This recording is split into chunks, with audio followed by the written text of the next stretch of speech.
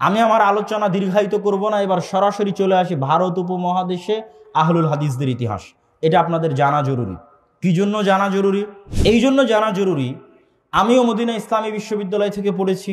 আমার বাম পাশে শ্রদ্ধেয় শাইখ বসে আছেন, তিনিও মদিনা ইসলামী বিশ্ববিদ্যালয় থেকে পড়েছেন।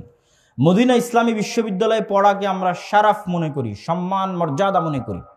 কিন্তু কেউ যদি মনে করে যে মদিনা ইসলামী বিশ্ববিদ্যালয়ে পড়ে এসে মাদানী হয়ে সেই প্রথম এই দেশের মাটিতে তাওহীদের দাওয়াত দিচ্ছে, তাহলে সে আমাদের সালাফে সালিহিনের পরিশ্রমের একজন নিমক হারাম, না শুকরিয়া আদায়কারী। সে যদি মনে করে যে মদিনা ইসলামী বিশ্ববিদ্যালয় থেকে পড়ে এসে মাদানী হয়ে আজকে প্রথম সে তাওহীদের কথা বলছে, তাহলে সে মিথ্যুক। আজ থেকে 200 বছর আগে, 250 বছর আগে শাহ ইসমাইল শহীদ, যিনি 1831 সালের 6 মে বালাকোটের প্রাঙ্গণে শহীদ হয়েছেন, তিনি 200 বছর আগে বই লিখে গেছেন তাকবিয়াতুল ঈমান, তাওহীদের উপর, যার আরবি অনুবাদ হয়েছে রিসালাতুত তাওহীদ নামে। সুতরাং ভারত উপমহাদেশে আহলুল হাদিসদের ইতিহাস জানতে হবে। কেউ যদি মনে করে যে শুধুমাত্র মদিনা ইসলামী বিশ্ববিদ্যালয় থেকে সালাফি আকীদা এসে আজকে প্রচার হচ্ছে আর এই অঞ্চলের আলেম ওলামাদের কোনো অবদান নাই, তাহলে এই বিশ্বাস থেকে ফিরে আসতে হবে এবং জানতে হবে ভারত উপমহাদেশে আহলে হাদিসদের ইতিহাস। আপনাদের এই টাঙ্গাইল বলেন, বল্লা বলেন, কালিহাতি বলেন, এই অঞ্চলগুলো যদি 200-250 বছর থেকে আহলে হাদিস হয়, তাহলে আপনাকে আমি চ্যালেঞ্জ দিয়ে বলে গেলাম, শুধু এই টাঙ্গাইলের অঞ্চল নয়, ঢাকার বংশাল অঞ্চল বলেন, ঢাকার ব্রায়েত বলেন, বগুড়ার গাবতলী বলেন, রাজশাহী অঞ্চল বলেন, চাঁপাইনবাবগঞ্জ অঞ্চল বলেন, ঠাকুরগাঁ দিনাজপুর অঞ্চল বলেন, যেগুলোতে মোটামুটি 200 থেকে 250 বছর থেকে আহলে হাদিসরা বসবাস করছে, সঠিক আকীদা এবং তাওহীদের বিশ্বাস লালন করছে, এই প্রত্যেকটা জায়গায়, শুধু টাঙ্গাইল নয়, শুধু রাজশাহী নয়, শুধু বংশাল ব্রায়েত নয়, গোটা ভারত, পাকিস্তান, বাংলাদেশ, শ্রীলঙ্কা, মালদ্বীপ, নেপাল, ভুটান, আফগানিস্তানের যে কোনো অঞ্চলে আহলে হাদিসরা বসবাস করছে। আপনাকে জানতে হবে, আমি আব্দুল্লাহ বিন আব্দুর রাজ্জাক, আমার চ্যালেঞ্জ থাকলো, আপনাকে জানতে হবে যে ওই অঞ্চলে মিয়া নাজির হুসাইন দেহলভির কোনো না কোনো ছাত্র গেছিল।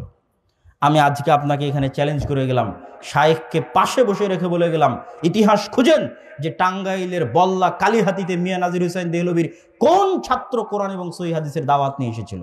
মিয়া নাজির হুসাইন দেহলভির কোন ছাত্র 100-150 বছর আগে তাওহীদের দাওয়াত নিয়ে এসেছিল। তাহলে আপনি যে দম্ভ এবং গর্ব করছেন, এটা চূর্ণ হয়ে যাবে। জানতে হবে ইতিহাস, যে ভারত উপমহাদেশের আলেম ওলামারা সঠিক আকীদা ছড়াতে কি অবদান রেখেছে।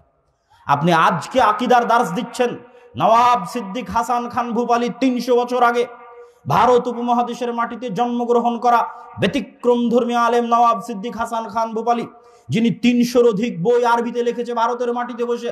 তিনি 300 বছর আগে আরবিতে আকীদার বই লিখে গেছে, কাতফুস সামার ফি আকীদাতে আহলিল আসার বইয়ের নাম। ভারতের মাটিতে বসে সালাফি আকীদার বই লিখেছে 300 বছর আগে। অতএব কথা বলার আগে হিসাব করে কথা বলতে হবে, কথা বলার আগে বিবেচনা করে কথা বলতে হবে যে আপনি কোন মাটিতে বসে কোন কথা বলতেছেন, পূর্বপুরুষের ইতিহাস ভুলে গিয়ে কি বলতেছেন সেটা জানতে হবে। সম্মানিত উপস্থিতি, ভারত উপমহাদেশে আহলে হাদিসদের ইতিহাস আজকের নতুন ইতিহাস নয়। শাহ ওলিউল্লাহ মুহাদ্দিস দেহলভী, যিনি বাদশাহ আলমগীর, যার বাবা বাদশাহ আলমগীরের আলমগীর ফতোয়া বোর্ডের সদস্য ছিল মাওলানা আব্দুর রহিম, শাহ ওলিউল্লাহ মুহাদ্দিস দেহলভী মূলত এই যুগে, এই যে আমরা যেই যুগের ইতিহাসটা বলতেছি তারও পুরাতন ইতিহাস আছে, সেটা আমি আজকে লম্বা দীর্ঘায়িত করতে চাচ্ছি না। কিন্তু যেই যুগের ইতিহাস আমরা টানতেছি, এই যুগের শুরুটা মূলত শাহ ওলিউল্লাহ মুহাদ্দিস দেহলভীকে দিয়ে। দেহলভী বলা হয় দিল্লিকে, আরবিতে বলা হয় দেহলি। ওই দেহলি, দিল্লির দিকে অনুসরণ করে বলা হয় দেহলভী। শাহ ওলিউল্লাহ মুহাদ্দিস দেহলভী মানে দিল্লির মানুষ, দিল্লিতে বসে হাদিসের দার্স দিতেন। তিনি জন্মগত হানাফি, আমল করতেন হানাফি মোতাবেক, কিন্তু দার্স দিতেন আহলুল হাদিসদের অনুসারী হিসেবে। কলমে লিখে গেছেন আহলুল হাদিসদের অনুসারী হিসেবে। তার বই হুজ্জাতুল্লাহিল বালেগার মধ্যে রাফুল আদাইনের কথা বলেন, জোরে আমিনের কথা বলেন, 12 তাকবীর ঈদের সালাতের কথা বলেন, প্রত্যেকটা মাসালাই যেটা সঠিক সেটিকেই প্রাধান্য দিয়ে গেছেন। তার আল ইনসাফ ফি বায়ানি সাবাবিল ইখতিলাফ, এই বইগুলো পড়ে দেখেন। তাকলিদের ওপর তিনি কি বই লিখে গেছেন সেগুলো পড়ে দেখেন। সেই কালে তিনি এই ভারত উপমহাদেশে যে জুমুদ ছিল, তাকলিদের যে গোড়ামি ছিল, এটার বুকে তিনি হাদিসের দার্সের মাধ্যমে সবচেয়ে বড় শক্তিশালী পারমাণবিক অ্যাটম বম নিক্ষেপ করেছেন। শাহ ওলিউল্লাহ মুহাদ্দিস দেহলভীর পরে তার ছেলে শাহ আব্দুল আজিজ মুহাদ্দিস দেহলভী, যার একটি বই আছে বুস্তানুল মুহাদ্দিসিন, মুহাদ্দিসদের জীবনীর উপর, মুহাদ্দিসদের বইয়ের উপর সেই যুগে বসে, সেই কালে বসে এত তথ্য সমৃদ্ধ লিখনি দেখলে আজকের যারা মদিনা ইসলামী বিশ্ববিদ্যালয়ের কুল্লিয়াতুল হাদিস থেকে পড়ে আসছে যেমন আমি, হতবাক হয়ে যেতে হবে যে আমরা আজকে মদিনা ইসলামী বিশ্ববিদ্যালয়ের কুল্লিয়াতুল হাদিসে যা পড়ছি 200 বছর আগে শাহ আব্দুল আজিজ মুহাদ্দিস দেহলভী বুস্তানুল মুহাদ্দিসিনদের মধ্যে কিভাবে তা জমা করে গেল।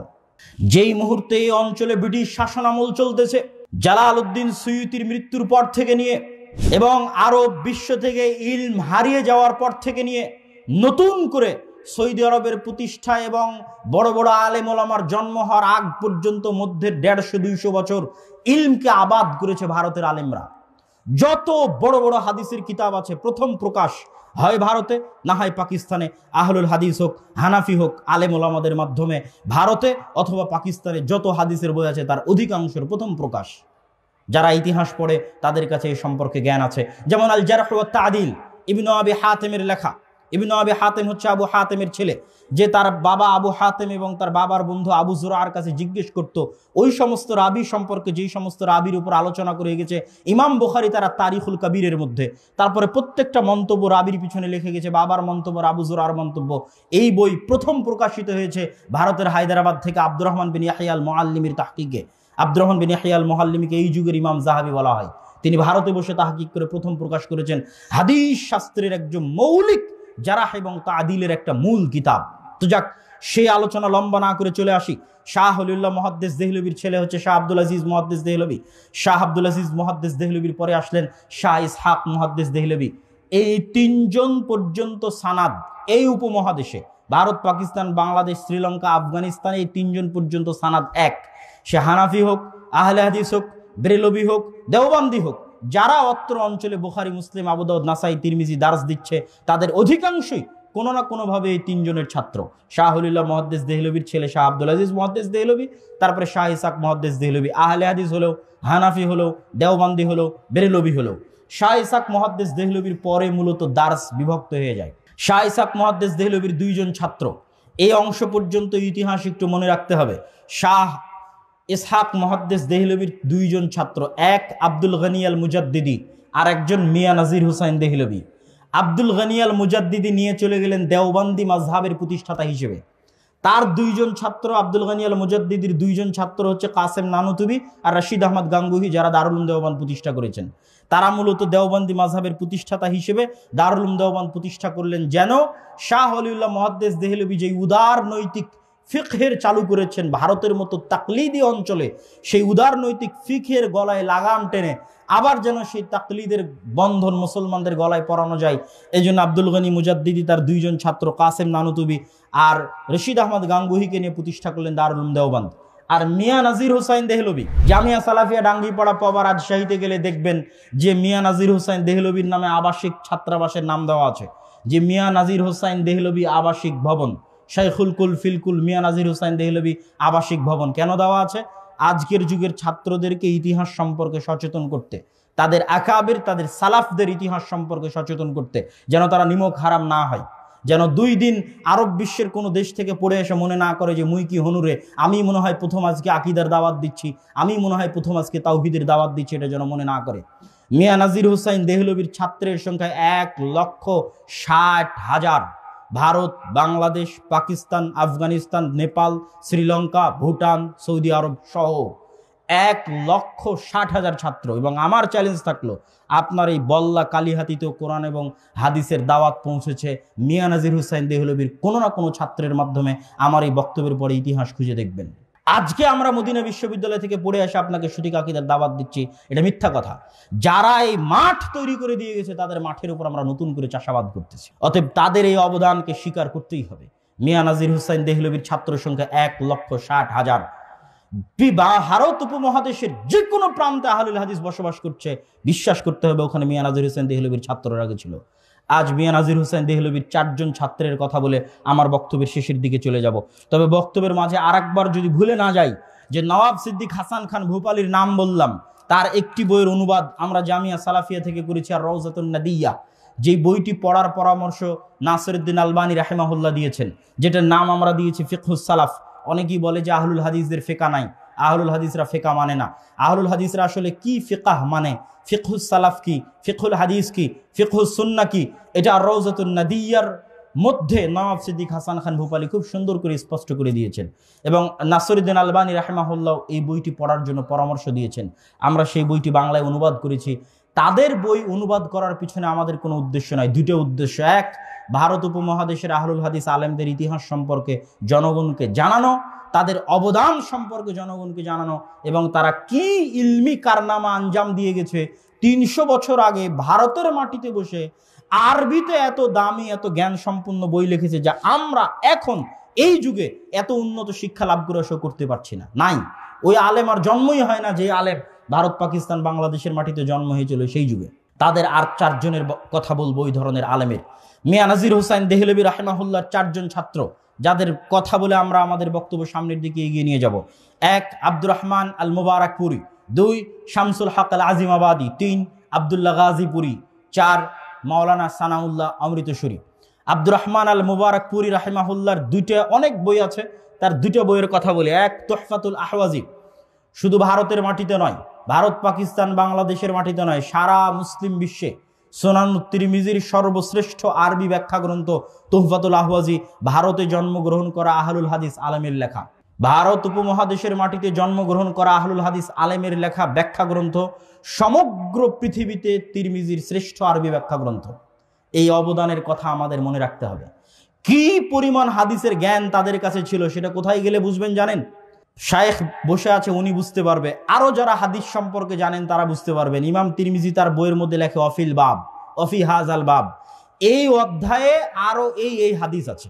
ধরেন রাফুল আদাইনের অধ্যায়ে ইমাম তিরমিজি বলে দিল, একটা হাদিস উল্লেখ করে উনি বলে দিবেন যে এই অধ্যায়ে তথা রাফুল আদাইন অধ্যায়ে আরো হাদিস আছে আবু হুরায়রা থেকে, আব্দুল্লাহ বিন মাসউদ থেকে, আয়েশা থেকে, আনাস ইবনে মালিক থেকে। খালি সাহাবীদের নাম বলে গেলেন, হাদিস কোথায় কি হাদিস তা উল্লেখ করা নাই। শুধু বলা আছে রাফুল আদাইন অধ্যায়ে, মানে প্রত্যেকটা অধ্যায়ে উনি বলেন, যখন যে অধ্যায় আলোচনা করবেন সে অধ্যায়ে গিয়ে বলেন তোমরা এই অধ্যায়ে আরো হাদিস পাবা আবু হুরায়রা থেকে, আব্দুল্লাহ বিন ওমর থেকে, আব্দুল্লাহ বিন আব্বাস থেকে, আনাস ইবনে মালিক থেকে, আব্দুল্লাহ বিন মাসউদ থেকে। কিন্তু কোথায় কি হাদিস তা তিনি উল্লেখ করেননি। সেই যুগে মাকতাবাতুশ শামেলা ছিল না, যখন তুহফাতুল আহওয়াজির লেখক তুহফাতুল আহওয়াজি লেখে তখন। অথচ ওই যুগে ওই প্রত্যেকটা হাদিস উনি খুঁজে বের করে উল্লেখ করে দিয়েছেন তার ব্যাখ্যা গ্রন্থের মধ্যে, যে এই হাদিসটা এখানে যে ইমাম তিরমিজি বলতেছে আব্দুল্লাহ বিন আব্বাস থেকে বর্ণিত হাদিস আছে, এই হাদিসটা মূলত দারাকুতনির এত নাম্বার অধ্যায়ের অমুক জায়গায় এই হাদিসটা তোমরা খুঁজে পাবা। হাদিসের ইবারত এই। এখানে যে ইমাম তিরমিজি বলতেছে আবু হুরায়রা থেকে হাদিস আছে রাফুল আদাইন বিষয়, এই হাদিসটা তোমরা বাইহাকিতে খুঁজে পাবা অধ্যায় নাম্বার এভাবে। সেই যুগে মাকতাবাতুশ শামেলা ছাড়া, গুগল সার্চ ছাড়া এই দেশের মাটিতে জন্মগ্রহণ করা আলেম এই মাপের বই লিখে গেছে, ভাবলে কল্পনা করতে পারবেন না। তার আরেকটি বইয়ের কথা বলি, আবকারুল মিনান ফি নাকদি আথারিস সুনান। আহলুল হাদিস মাদ্রাসাগুলোতে মিশকাতের আগে একটা হাদিসের বই পড়ানো হয়, তার নাম বুলুগুল মারাম। এটার দেখা দেখি হানাফি মাদ্রাসাতে মিশকাতের আগে একটা হাদিসের বই চালু করার জন্য একজন হানাফি আলেম মাওলানা নিম্বি একটা বই লিখলেন আসারুস সুনান। তিনি কি করলেন, বুলুগুল মারামে যেমন আহলুল হাদিসদের মাযহাবের হাদিসগুলো বেশি জমা করা আছে, উনি আসারুস সুনানে হানাফি মাযহাবের পক্ষে যা হাদিস ছিল জয়ীফ জাল সব জমা করে দিলেন। তো ওনার এই বই বাজারে আসার অল্প কয়দিনের মধ্যে, এক সপ্তাহের মধ্যে, 10 দিনের মধ্যে আব্দুর রহমান আল মুবারকপুরি বই লিখলেন আবকারুল মিনান ফি নাকদি আসারিস সুনান, যে আসারুস সুনান এই বইয়ের মধ্যে কোন হাদিসে কোথায় ভুল আছে, কি ত্রুটি আছে। 1 সপ্তাহ 10 দিনের মধ্যে জবাব চলে আসলো, বই ডাউন, বাজারে বই চললই না। এই রকম ইলম এবং জ্ঞানের ভান্ডার ছিলেন তারা। কথায় কথায় আরেকজনের কথা মনে পড়ে গেল, যেটা এই আলোচনার মধ্যে ছিল না, আব্দুস সালাম মুবারকপুরি। যখন মাওলানা শিবলি নোমানি নাদতুল ওলামা লখনৌতে বসে ইমাম বুখারী এবং সহিহ বুখারীর উপর আঙ্গুল তুললেন, আল্লামা শিবলি নোমানি অনেক বড় আলেম, কিন্তু অনেক বড় আলেম হওয়ার পরেও তিনি কিছুটা ইনকারে হাদিস দ্বারা প্রভাবিত ছিলেন। ইনকারে হাদিস দ্বারা প্রভাবিত হওয়ার কারণে নাদতুল ওলামা লখনৌতে বসে সহিহ বুখারী আর ইমাম বুখারীর উপর হাত তুললেন। তখন শামসুল হক আজিমাবাদী আব্দুস সালাম মুবারকপুরীকে দায়িত্ব দিলেন, তুমি ইমাম বুখারী আর সহিহ বুখারীর উপর বই লেখো। তিনি বই লেখা শুরু করলেন, বইয়ের নাম সিরাতুল বুখারী, 2 খণ্ড। আর শিবলি নোমানি লিখেছিলেন সিরাতুন নুমান, মানে আবু হানিফা রাহিমাহুল্লাহর জীবনী। তখন আব্দুস সালাম মুবারকপুরী লিখলেন সিরাতুল বুখারী 2 খণ্ড। আল্লাহে আল্লাহর কসম, ওয়াল্লাহে আল্লাহর কসম, কেউ যদি মিন্নাতুল বারী দেখে মনে করে যে না জানি কত বড় বই লিখেছি, মিন্নাতুল বারীকে আমার কাছে সিরাতুল বুখারীর সামনে শিশু মনে হয়। ইমাম বুখারীর জীবনীর উপরে আর সহিহ বুখারীর উপরে এত সূক্ষ্ম আর এত বিস্তারিত গ্রন্থ পৃথিবীর বুকে আর দ্বিতীয়টা লেখা হয়নি। যেটা ভারতের আলেম লিখেছে, আরবি অনুবাদ হয়েছে কিনা আমার জানা নাই, উর্দুতে লিখেছেন সিরাতুল বুখারী, আমার জানা নাই যে হয়েছে কিনা। শামসুল হক আল আজিমাবাদী তিনি গ্রন্থ লিখলেন 32 খণ্ডে আবু দাউদের ব্যাখ্যা গায়াতুল মাকসুদ।